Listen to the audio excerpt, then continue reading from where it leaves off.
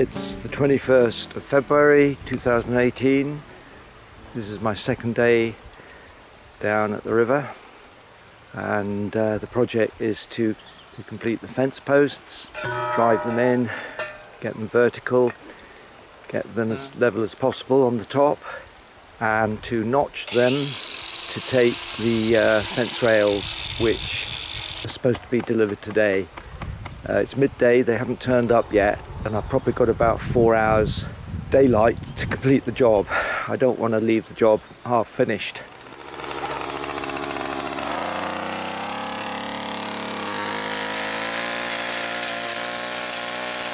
Well, Tim is helping me today, and we've got a method going, which is Tim's idea actually. Hi Tim. Hello. To get these posts level, because it's a bit of a juggling act. So we're going off numbers. So the numbers represent a number of consistent clouts. I'd say that one's okay, so that's 0. 0 means nothing and move on to the next one. And then 1.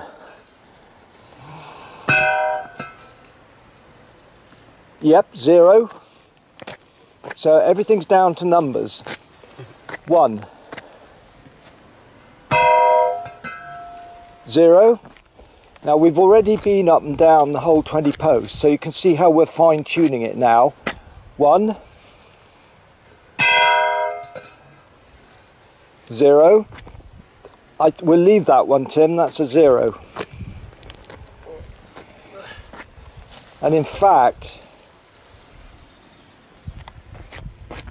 you see, if we line them up, I'm just trying to get a flowing line so that when I put the rails on, it looks pretty even and goes, if you like, parallel with the road or the top of the... It's very difficult because there's no actual reference point. It's like an all-round reference point. You couldn't use a spirit level because it's not level. Do you want to take a look at this, Tim? Yep.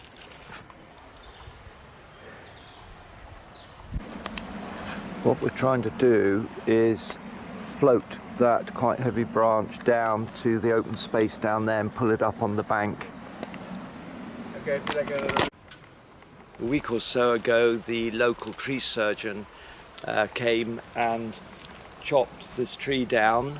Well, he cut about halfway through, so it's still living, and the idea that it is now tucked in against the riverbank to help stop the erosion.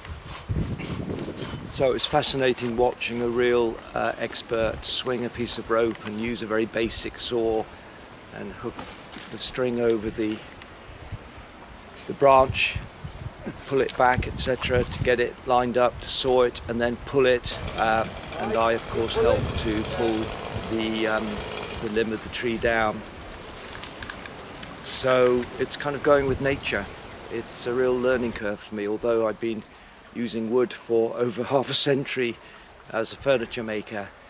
I'm looking at wood and woodland from a different perspective now. Beautiful time of year, February. I'm still waiting for the fence rails to arrive. They said late morning, and the timing is quite crucial because if I don't get it done by dusk, then I've got to stay another night and kind of messes up plans.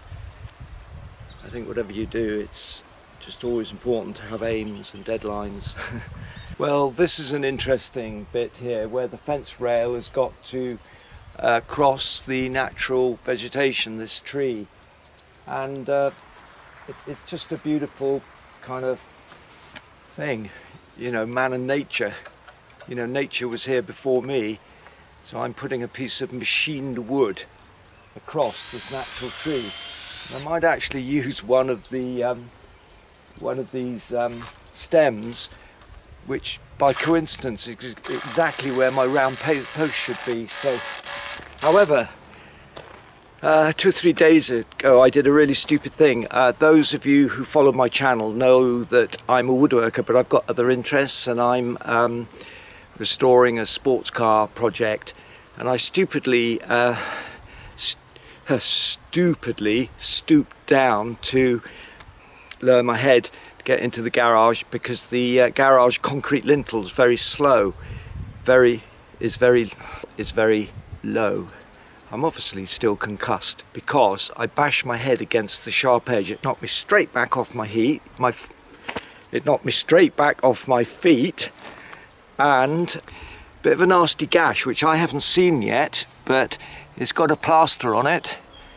But I was staying with some friends last night in a converted barn, and what did I do? As I went to bed, I leaned under a purlin and I bashed my head on the very same spot. Ouch! Ah, the timber has arrived. Great. I've got about 4 hours to do this. And it's lovely clean timber as well. Lovely straight. It's always worth looking at timber before you buy it if you can. So those are the fence rails, and this kind gentleman is driving his wagon along the road, so it saves me extra time moving them in position. Now, I've obviously tried to match the design of the fence with the bird hide and the poles that I've used for my bird hide that I have been building over the last year. So whereas these are 4-inch poles, old currency, 100mm diameter, these are 75mm diameter.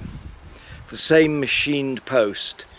I love the contrast of the precision of woodworking in contrast with nature.